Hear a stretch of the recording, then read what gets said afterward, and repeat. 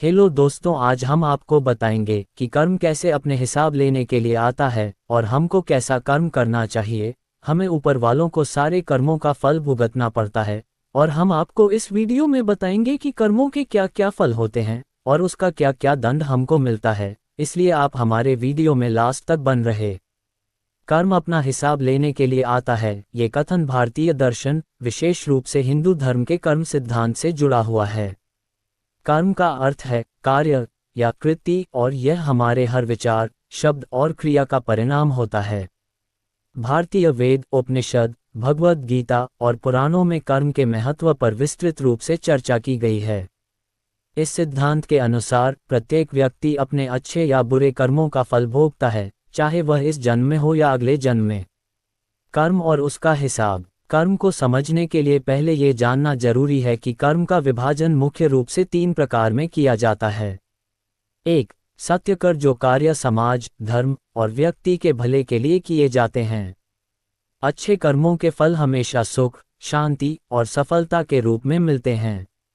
2. पाप कर्म, बैड कर्मा, जो कार्य दूसरों को नुकसान पहुंचाने वाले होते हैं, चाहे वह जानबूझकर किए गए हों या अज्ञानता में।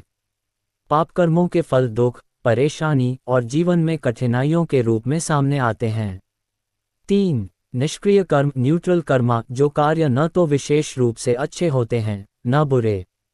ये सामान्य जीवन के कार्य होते हैं जिनका कोई बड़ा प्रभाव नहीं पड़ता। कर्म का फल। कर्म का सिद्धांत यह मानता है कि हर व्यक्ति को अपने किए गए कर्मों का फल अवश्य भोगना पड़ता है। ये फल किसी न किसी रूप में जीवन में मिलता है। 1. समय का प्रभाव, कभी कभी अच्छे या बुरे कर्म का फल तुरंत नहीं मिलता, बल्कि यह भविष्य में किसी समय प्रकट होता है।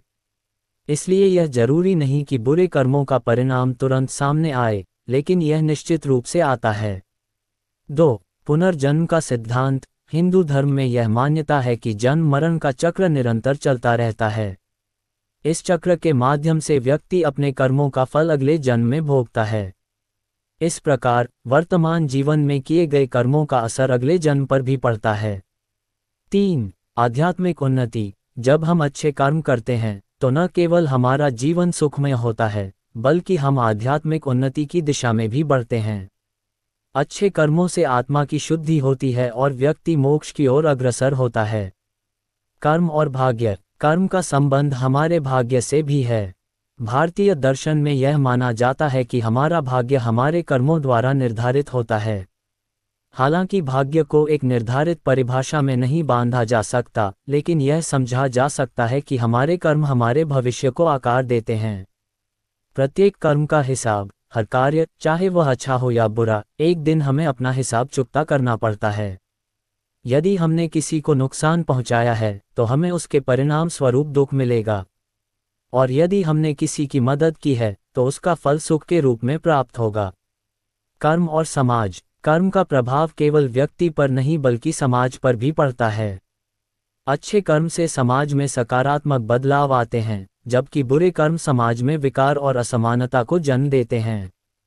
उदाहरण के लिए, यदि कोई व्यक्ति समाज की भलाई के लिए काम करता है तो उसका असर पूरी जनसंख्या पर पड़ता है, और यदि कोई व्यक्ति समाज में हिंसा या अन्याय फैलाता है तो उसका असर भी पूरे समाज पर नकारात्मक रूप से होता है।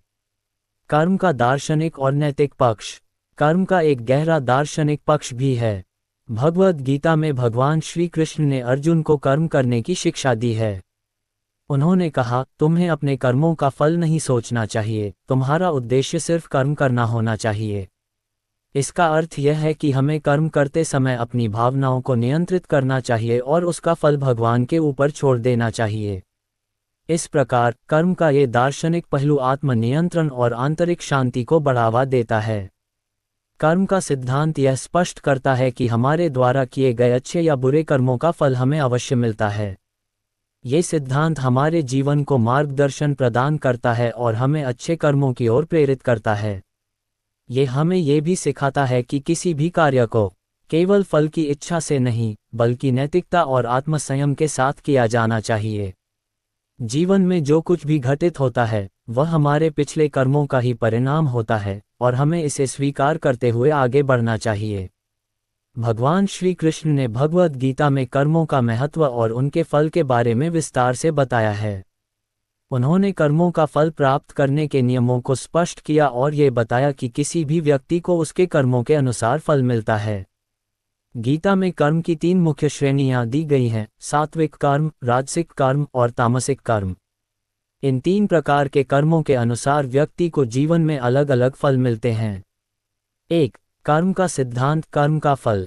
भगवान श्री कृष्ण ने गीता के अध्याय 2, श्लोक 47 में कहा है, ग्रेटर देन, तुम्हारा अधिकार केवल कर्म करने में है, उसके फल में नहीं। तुम कर्म के फल की इच्छा न करो और न ही कर्मों से विमुक्त हो।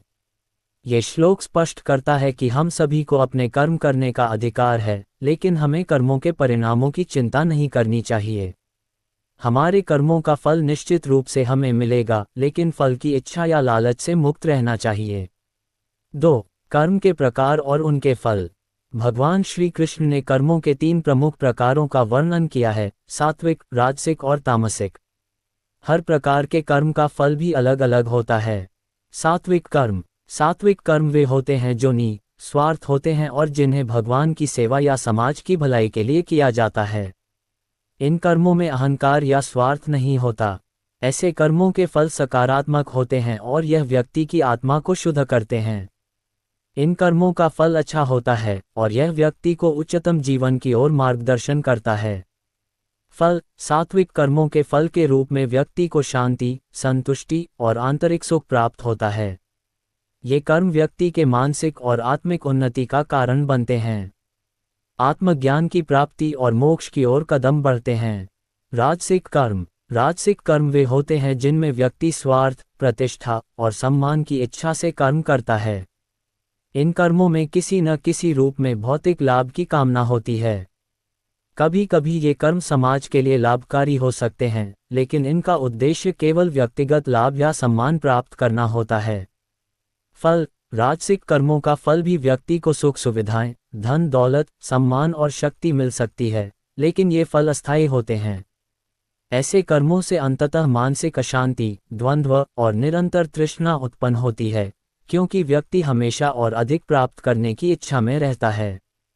तामसिक कर्म वे होते हैं जो अज्ञानता, क्रोध, लोभ और हिंसा से प्रेरित होते हैं। ऐसे कर्मों में दूसरों को हानि पहुंचाना, बुरे रास्तों पर चलना और नकारात्मक कार्य करना शामिल है। ये कर्म न केवल खुद को बल्कि दूसरों को भी दुख पहुंचाते हैं।